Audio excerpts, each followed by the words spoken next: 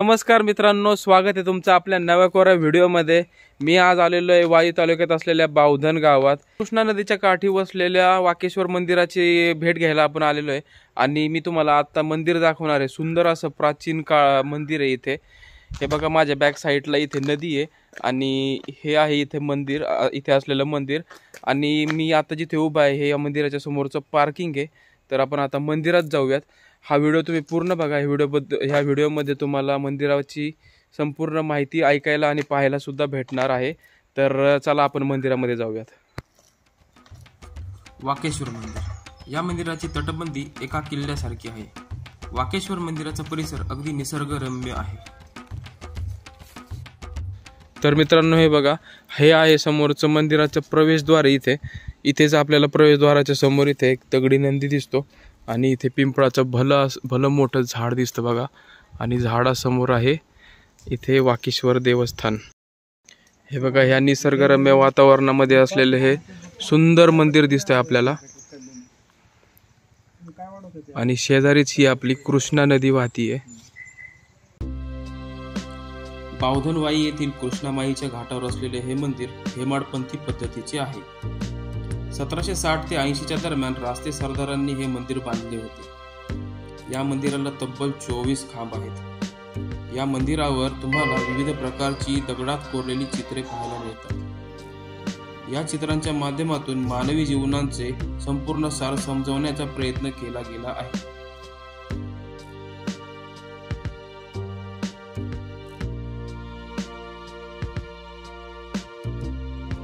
हा आहे एक बालहत्ती, जो सोंडेमध्ये साखळी घेऊन आनंदाने पळत आहे। म्हणजेच बालपणात व्यक्ती हा नेहमी आनंदी असतो, पण तारुण्याकडे जात असताना ती व्यक्ती मोहाला बळी पडून ती गोष्ट मिळवण्यासाठी हिंस्त्र बनते।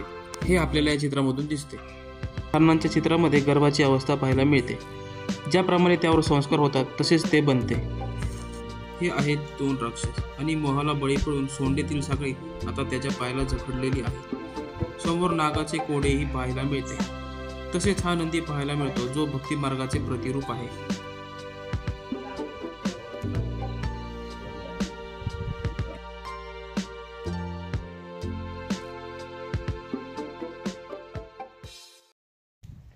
तर मित्रांनो, मी आता या मंदिराच्या बॅक साईडला आलेलो आहे।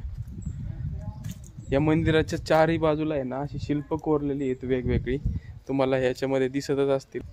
हे बघा, किती भव्य असं मंदिर आहे। बघा, हा समोरचा मंदिराचा कळस आहे आणि मंदिराच्या मागची बाजू आहे बघा।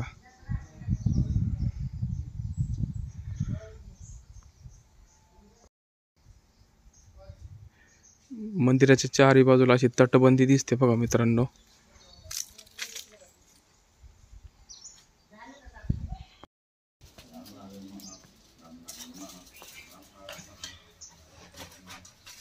हे बघा मित्रांनो, मंदिराला लागूनच इथं जिवंत पाण्याचं कुंड आहे। या पाराला लागूनच एक इथे तुळशी वृंदावन दिसतंय आणि त्या तुळशी वृंदावनाच्या खाली पण एक महादेवाची पिंड ठेवलेली दिसते आपल्याला। आणि इथे एक मंदिर दिसतंय छोटंसं। इथे विठ्ठल रखुमाईचं मंदिर आहे।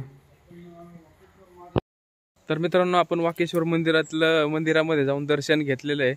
आणि आता हे बघा, हा जो रस्ता आहे ना तो कृष्णा नदीच्या घाटाकडे जातो आणि इथेच विठ्ठल रखुमाईचं सुद्धा मंदिर दिसतंय आपल्याला। आपण घाटाकडे जाऊयात आता। दर्शन घेतलेलं आहे आपण विठ्ठल रखुमाईचं।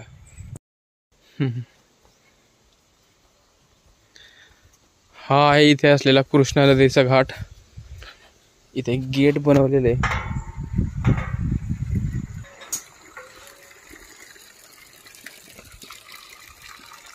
हे बघा, इथे गोमुखातून याच्या पलीकडे जे छोटंसं तळ बनवलंय त्या तळ्यातून जे एक्स्ट्राचं पाणी आहे ते इथे वाहून जाते नदीमध्ये।